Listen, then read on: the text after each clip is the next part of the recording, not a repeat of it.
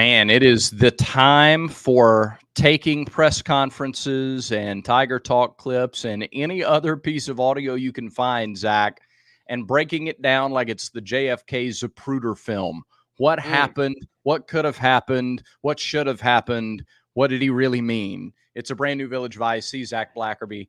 I'm Brad Law. This show brought to you, like all the other Village Vice episodes, by mybookie.ag. When you use the promo code next round, there it is. Can't miss it. Use promo code next round. They're going to double your initial deposit. So kick off your football season with our friends at mybookie.ag.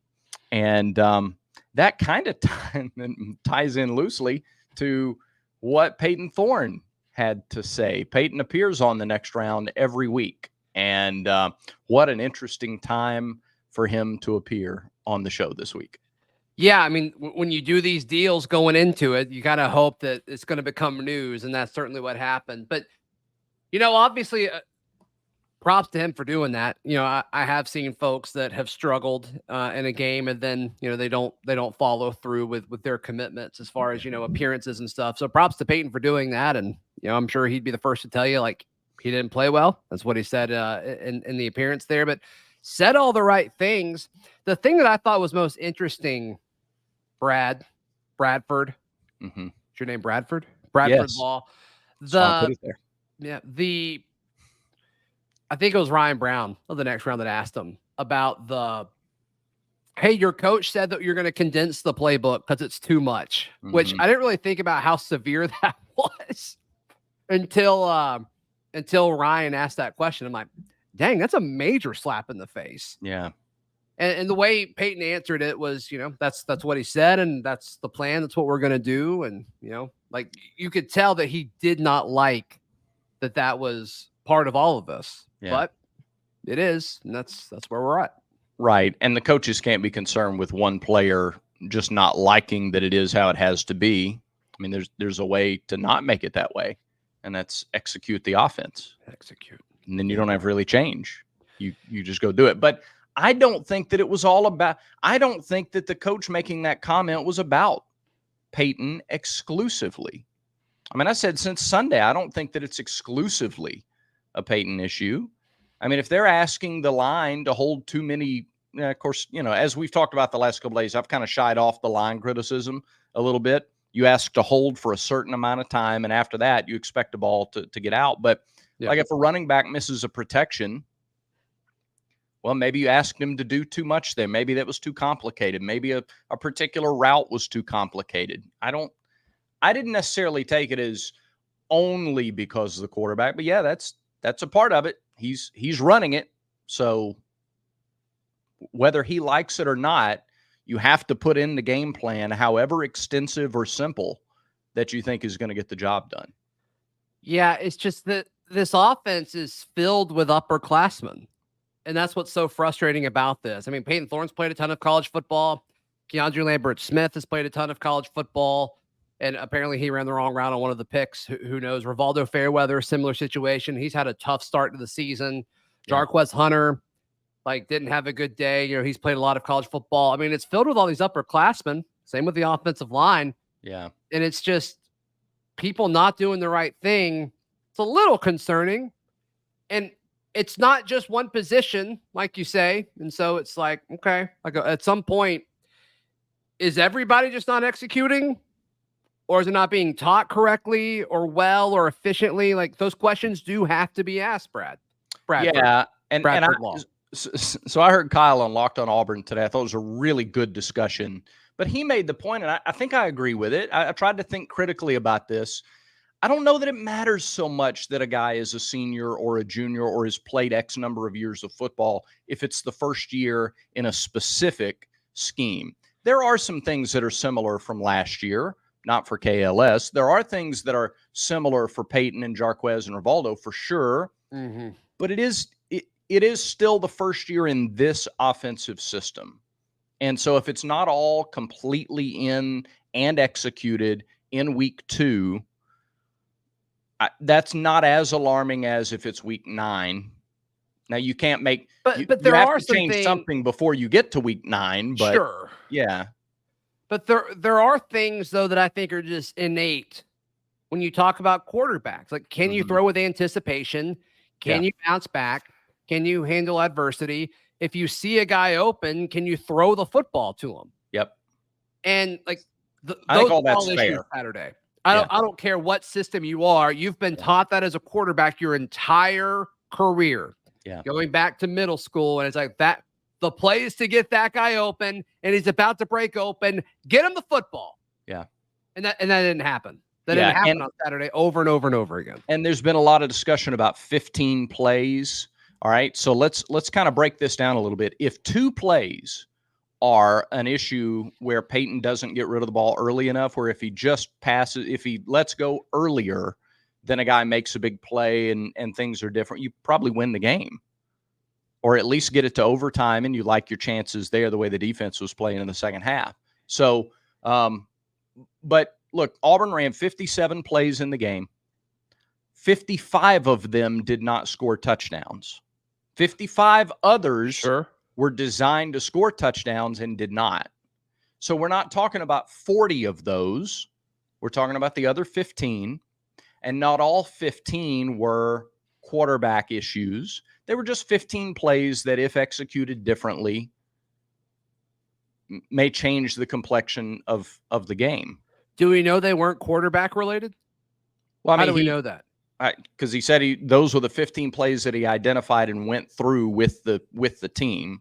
Now, they were part of the discussion with the quarterbacks, but I don't necessarily take that to mean that there were 15 plays in which the quarterback is the reason that the play didn't work. So maybe they were, but I don't take that from hearing the conversation. And part of the conversation we had yesterday was identifying a few plays that weren't quarterback issues. So sure. I say all that to say, though, Zach, that if even 2 of those that are on the quarterback are executed differently, you've got a very different game. Let me pose this question to you. Okay. All right. After it leads to the QB drama title there on the right side of the screen. If 2 plays are executed differently and Auburn wins the game 28-21, are people calling for Payton to be replaced as the starting quarterback? Think about that while I tell you about our friends at Barner's Supply Company. Wonderful Auburn people, 2 couples with Auburn roots, either graduated from Auburn or spent really virtually their entire lives at Auburn. Hearts of gold, creative like crazy. And you'll see what we're talking about when you go to barnersupply.com and see their selection of hats and shirts and stickers and koozies and lots of other tremendous gear made by Barners for Barners. Pick it up today at barnersupply.com. Use our promo code Village Vice, buy a hat and a koozie, and use the promo code Village Vice, no spaces, and the koozie is free. You will not pay for it. So check it out, barnersupply.com. All right, 2 plays are different. And now it's 2 interceptions or maybe even 3 interceptions, but 2 touchdown passes and a rushing score. And a drive continues and they get another score. Maybe there's a running back finding his end zone. You win the game 28-21. Ugly, sloppy, messy game. Don't cover. Right. Are we talking about drama this week? I understand if ifs and buts are candy and nuts, we'd all have a Merry Christmas, but no, it is an interesting question. Which 2 plays go differently? Or are we taking 2 picks away? Let's take 1 pick away. 1 pick away. Is it one that's on Payton, or was it like the Cam Coleman drop? One that was on Payton? Oh, that's a good question. Yeah, let's take 1 that's on Payton away. And then let's say one of the others is 4th and 2 and he makes the right decision on 4th and 2 in the first quarter and they complete the pass, the drive continues, they go on to score. I don't think that's the conversation, because what I thought was going to happen over the course of the entire game is it was going to be, classic Auburn fashion where somehow we find our way back in this thing. When it's like 2 minutes left, then it's like, okay, cool. We're in a spot to tie this thing up. This is great. And then he throws the pick. It's like, oh, okay. And then we somehow get the ball back. Yeah. And it's like, it's 30 seconds. We're totally going to Auburn this. And we're going to win this in overtime.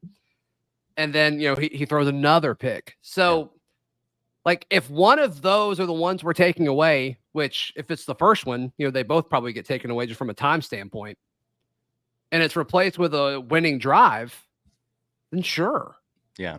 Sure. I think you feel a lot better about it. But the thing that we can't account for, though, is nobody trusts him in a pressure-filled situation. Yeah. But if you take that away and say, yeah, and you add a touchdown drive to the resume, it's like, oh, okay, great. Yeah. Put the pressure on him, and he executed. But there's no, I don't think it's all about the picks. Yeah. I think it's about a guy breaking open, you're not hitting it. It's the multiple chances to win the game, and you keep finding ways to turn it over. It's guys getting wide open that Hugh Freeze said multiple times, doing the media stuff yesterday, where it's like, we're opening up the offense on second down and you get guys open and you turn the ball over. Yeah, I don't think it's all about the picks, but yes, if one of the things would have changed and Auburn would have won because of a late drive that we changed the outcome of, sure. Yeah. But sadly that didn't happen. Yeah. That's what really stinks about all this is we can't have that conversation for Wish real. we could. All that is a sad hypothetical. It's a very sad hypothetical. Well, it would be similar to an extent, but when Bo Nix got benched and TJ Finley came in, who was that against? I'm blanking on who that was against. And he came down State? Oh, no, Georgia State. Georgia State. That's right. Georgia State. Earlier that year. Yeah. And then TJ Finley marched him down and had a few incredible plays on that game-winning drive. And it's like, oh, well, that's interesting. Because the pressure was on TJ and he answered it. And then ultimately they went with Bo, and I think LSU was the next week, and that was, an iconic game. But it was about pressure, and it was about being able to handle the moment. That's what that discussion was about. And then Bo Nix certainly handled the moment against LSU, if my order is right on that. You're right. The thing with Payton is I don't think he can handle the moment at this point. Yeah. And so if it's a talent thing, it's a practice thing, that's great. But at this point, it's similar like when he went into hostile environments last year. It's sure, he won in Arkansas. Who cares? They'd already given up on the year. And then he performed well in Vanderbilt. That was pretty much a home game. Right. Yeah. Right. And so it's when there's pressure, I just don't trust him at this point. And that stinks. That really stinks. I think you can argue there wasn't a lot of pressure, especially early in the Georgia and Alabama games, because you're big underdogs in those games. I'm okay with that. So you kind of let it, you let it fly. So I don't know. It's very interesting. And it's a question that's going to persist until we know more about Saturday. I've seen Hugh Freeze take a little flack for quote unquote dancing around the issue yesterday. I don't think he danced around. I don't think he knows at all. I don't think he knows the answer. That exactly. I think that he answered it honestly and said it depends on conversations they're going to have and what happens in practice this week. I think the meeting with the two quarterbacks on Monday had a lot, kind of helped pave the way for how things are going to be laid out in practice. And, you can have the debate, the senior, what kind of year, what kind of floor do you have if Payton, you just have to assume way too much. And that's why we try to encourage people slow down a little, you're going downhill on a bicycle. Don't pedal, ease up a little bit here. All right. You can't assume every week is going to be as bad as the last game that you saw. It just doesn't work that way. But the crazy thing about this though, Brad, is yes, you're right. People like to deal in absolutes. I don't think this past Saturday was worst case scenario. Yeah. And my reasoning for that is Auburn got bailed out on a pass interference call in the end zone that I do not think was a DPI. I think that should have been a pick. Mm-hmm. And then Auburn scores, I think it was 2 plays later on that 2-yard run by Payton. So should that score have even happened? I don't think so. Right. And then leading up to that situation, they got bailed out by a targeting call. That probably was targeting, but you can't rely on the other team to hit you with targeting for you to get bailed out. And so that drive, in my opinion, shouldn't even have happened. So, I mean, you talk about like if 2 plays go better, it's like, well, what if about the 2 plays that we didn't get bailed out on? Like, you really probably should have lost 21-7 and had an extra turnover in that margin. You can do the what if a lot. There's, you know, 100%. Every game you have a lot like that. There are probably 15 plays in every game that could be swing plays one way or the other, unless you're playing in Alabama A&M. So, but the question is, given what you have seen now this year and a little bit last year, but again, last year isn't this year. So you can't, like, it's not a perfect science experiment to just take that as a variable.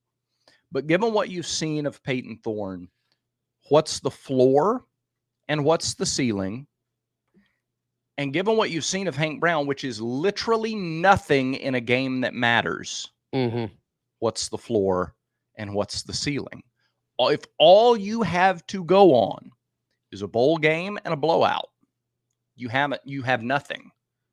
And all the coaches have to go on is what they've seen in practice. And that's not to be down on Hank. You might make the argument that the potential is there, and let's see. Let's see. Doesn't hurt anything to see. You can make that argument. So that's the question that's going to continue until kickoff Saturday.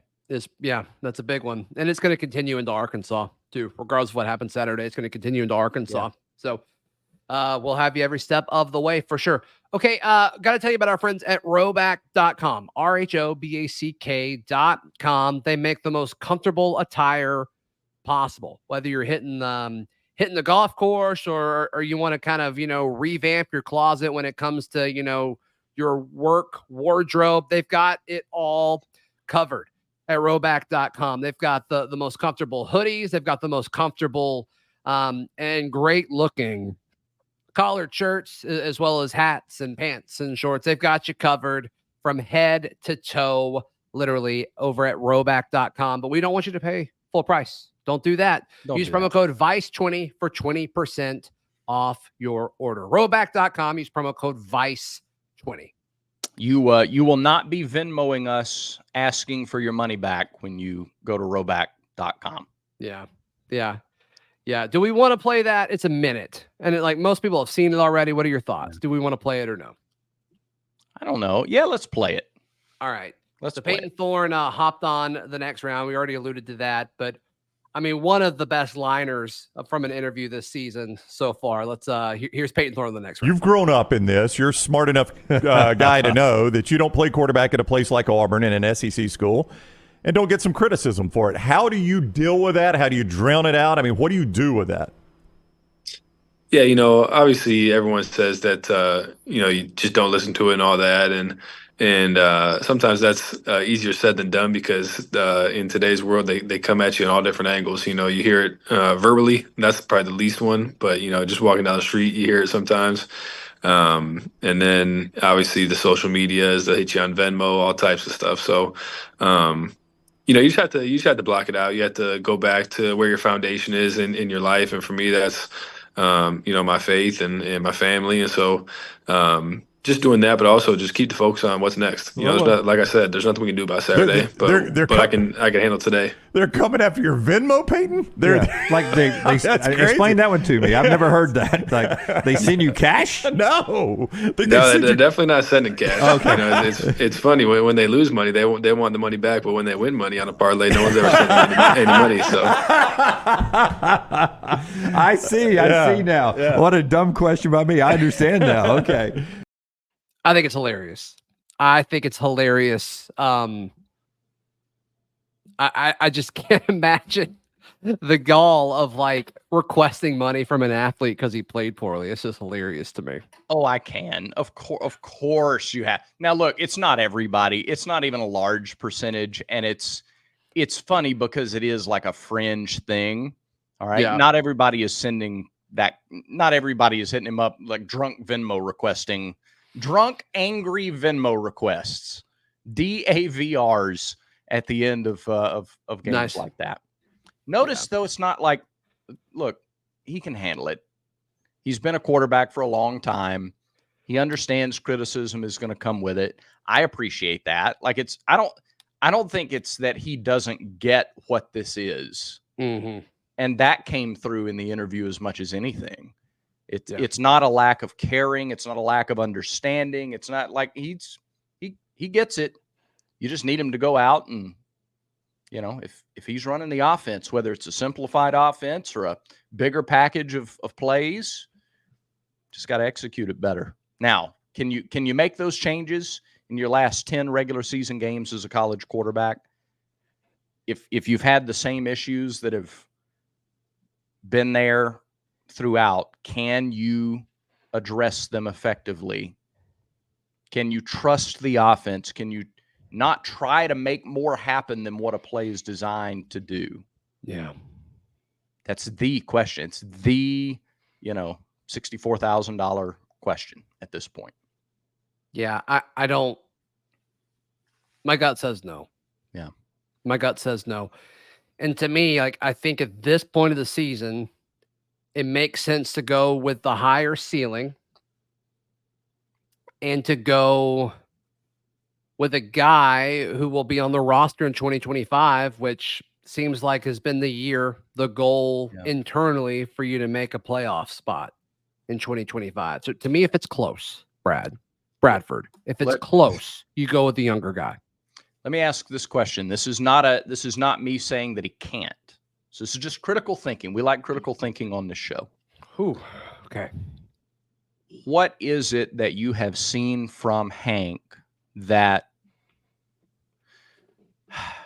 makes you confident that the ceiling with Hank is higher than the ceiling with Payton? What have you seen from Hank? Not what you've seen from Payton. Yeah. What you've seen from Hank that makes you confident that it's higher? Well, he's come in and ascended up the depth chart very quickly. I mean, he beat out a guy in Holden Geriner that fans loved 2 years ago. They absolutely adored him with his, accuracy with his arm, and people talked about how great he was for a hot minute. And he came in and beat him out head to head this offseason. I think that's pretty telling.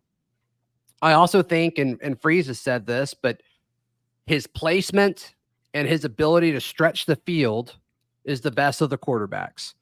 And if that's the type of offense that they're going to be playing this year with these receivers and they want to stretch it, I think Hank makes sense in that sort of system.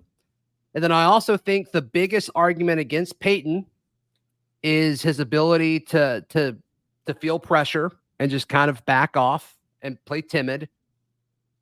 I don't think you're going to get that from Hank. I don't think, but we don't know that until he does it. We don't know that until he does it. But from a personality standpoint and what we've seen from him up to this point, I don't think the kid gets fazed by that much. Yeah. And I think it's worth the risk, Brad. I think it's worth the risk. And there is that element too, is like, well, sometimes you're not going to know for sure. Yeah. You don't have to be totally convinced and confident. Sometimes it's worth finding out. And if you play Hank and it doesn't go well and you go back to Payton, well, now you've unwrapped the other box and you know what's inside. I also think there's an element, if you're Hugh Freeze in this, you explained why you picked Payton because of the whole practice thing, which is reasonable, totally reasonable. Completely. Saw some people kind of bashing him for that. I'm like, well, what do you mean? Like, what else is there supposed to be evaluated on? But I just think it's easy if you switch them and Hank is meh, and then you need to switch back, you can always go back to Payton for one. It's not like he's going to quit if he's benched. He's still on the team. And I'm sure he'll be ready to seize the opportunity again if that were to happen. But also, I think when Freeze at the end of the year is sitting down with Cohen and sitting down with big money boosters, whether it's folks that are donating to Auburn or donating to the NIL collective or whatever that might be, I think it'll be easier to explain. It's like, hey, we wanted to pursue a 9-3 season, and we had to roll the dice. We had to roll the dice. Yeah. And at that time, I felt like we needed to go to Hank. I also think that's easier to sell to recruits. I also think it's easier to sell to the fan base if you make a change. Yeah. Do I think a change happens this week? I don't know, but I do think it will happen at some point this season. Yeah. That's interesting. And we can discuss maybe another time if you're going to make a change, Would you do it this week? Would you You do got it to against do it Arkansas? this week. Would You you got to do do it like, this week or next week. yeah, In my because opinion. you start looking at the schedule, and there are much less advantageous times to do it. Like there are riskier times to make that change. Yeah. It's almost like you've got to ride it out until you return from Lexington to change it for it to be kind of the next spot that would make sense. Yeah. That's a long time. It's almost too late at that point. Another question for another day is, all right, let's just say, for the sake of the discussion, Hank starts Saturday. You got 10 regular season games left. You go 6-4 in those games.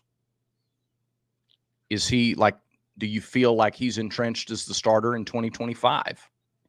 Yes. Okay. That's interesting, because a lot of flack for not going to the portal for a quarterback in the offseason coming off a 6-6 regular season. Mm-hmm. So I do think that's interesting. Yeah. They may try. They may make some calls. And if that's the case, if they do go to the portal to get an elite quarterback, that will be a sign of Hugh Freeze changing how he approaches the portal window. It would be a total change in philosophy, which maybe the way Payton has responded and started the year will trigger that. Yeah. That wouldn't be a shock. He's allowed to change his mind. He's allowed to pivot. He's allowed to change his strategy. Everybody's allowed to adapt in business. BP's done it even with the way that he recruits to his roster. Like it's changed. Like in the we last get like 5 one years. or two high school kids a year now. Yeah. Yeah. It's just part of it. This is part of it. So, okay. But yeah, I think if they go 6-4, those 4 losses, I guess, would be Georgia, Missouri, Bama. Let's just say it's all. Let's say it's all road games. You lose them all on the road. You win them all at home. Yeah, I think just you got for to the start sake of ease. Yeah, I think you got, and you salvage and you go 8-4 after losing to Cal. Yeah, you take that. Yeah, because he'd have a major win over Oklahoma and Texas A&M. That's if right. that were to happen. And I mean, that's good enough. Okay. That's good enough. I mean, that would be the record that we all thought Auburn would be going into it, right? If they go 6, no, they'd be 7-5. You'd be 7-5. Yeah. 7-5. Which I think at this point most Auburn fans would take. Yeah. Okay. All right. I think that does it for today's show, Bradford. Bradford does. Law. Thanks everybody for signing up at thebarnauburn.com. Get in on this conversation. It's only $1 for the first month. So you know what? Drop $1, check it out, see if you like it, and then stay a part of this growing, passionate community. You get lots of great recruiting nuggets, other insider info. It's all there at thebarnauburn.com. Thanks for liking. Thanks for commenting. Thanks for subscribing to the channel. Lots of new subscribers lately. We appreciate every bit of it. Oh, yeah. And until next time, everyone has vices. Make sure Village Vice is one of yours.